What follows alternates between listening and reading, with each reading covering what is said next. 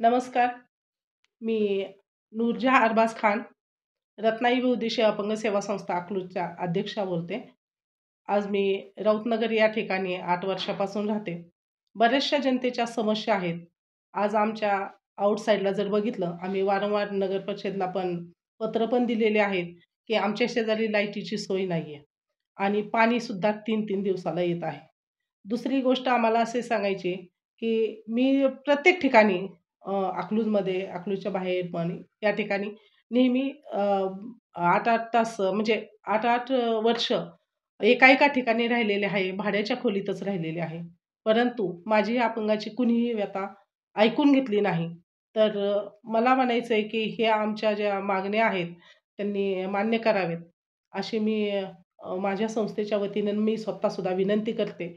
बरेचसे आम्ही निवडणुकीच्या पिरियडमध्ये आज आपल्या गाड्या वगैरे बघतोय, की आश्वासनं देत आहेत. जनता त्यांच्याकडे उत्स्फूर्ततेने बघत आहे, की आम्ही मतदान केल्यानंतर आमच्या समस्या सॉल्व्ह होणार का? आमच्या मागण्या मान्य होणार का? तर आज बरेचसे लोक येतात आणि त्यांच्या मागण्या मान्य करण्यासाठी आम्ही पण त्यांना उत्साह आहे, की चला मतदान झाल्यानंतर आम्हाला कुठलीतरी म्हणजे आमच्या योजनेचा आम्हाला लाभ मिळेल किंवा आमच्या गावाची समस्या सोडवली जाईल, आमच्या अपंगाच्या समस्या सुटतील. हे नेहमीच आम्ही म्हणत असतो.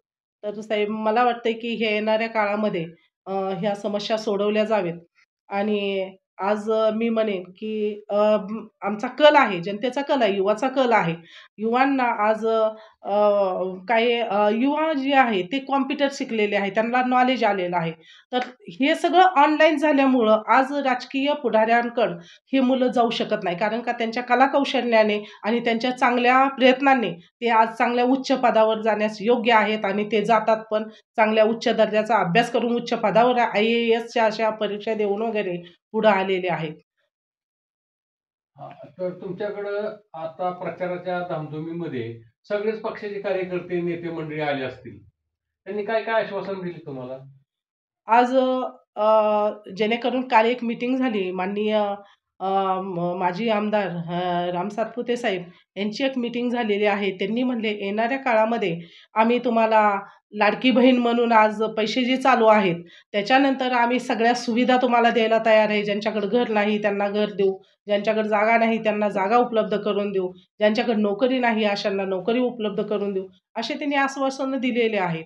परंतु आता हे आश्वासनं किती पूर्ण करतात, हे आणखी आम्हाला काही माहीत नाहीये. आता तुमच्याकडे प्रत्येक राजकीय पक्ष आला, प्रत्येक उमेदवार आला असेल, तर तुम्ही ज्या अडचणी सांगितल्या आता रस्ते, लाईट, वीज, पाणी, यावरून तुम्हाला काय अंदाज येईल, की कुठला राजकीय पक्ष जिंकेल हे मनमोकळेपणाने सांगा?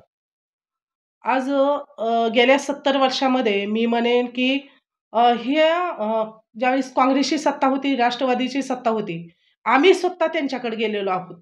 ते ज्यावेळेस 5 वर्ष झाल्यानंतरच मतदान मागायला येतात. पण आम्ही त्यावेळेस गेल्यानंतर आम्हाला प्रत्येक ठिकाणी नकारच आलेला आहे. कुठलंही काम आत्तापर्यंत झालेलं नाही.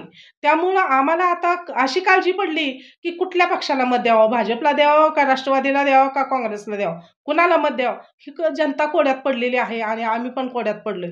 पण एवढंच आहे, की येणाऱ्या काळामध्ये युवा पिढींसाठी, युवा मुलांसाठी आज आमचे वय 40-50 पर्यंत झालेले आहे. पण युवा पिढी आहे, त्या मुलांना काय आवडतं? त्या मुलांचं कलाकौशल्य काय? त्या मुलांना गुण काय आहे त्यांच्यामध्ये? मग त्यांना कॉम्प्युटर प्रशिक्षण दिल्यानंतर जगाची सर्व माहिती होते आणि त्या युवा पिढीला पुढे जाण्यासाठी त्यांचं जे कलाकौशल्याला वाव मिळालेला आहे, त्यामुळं वाटतं, की हा कल भाजपकडे वळलेला आहे. आणि भाजपकडे वळेल अशी शाश्वती आहे.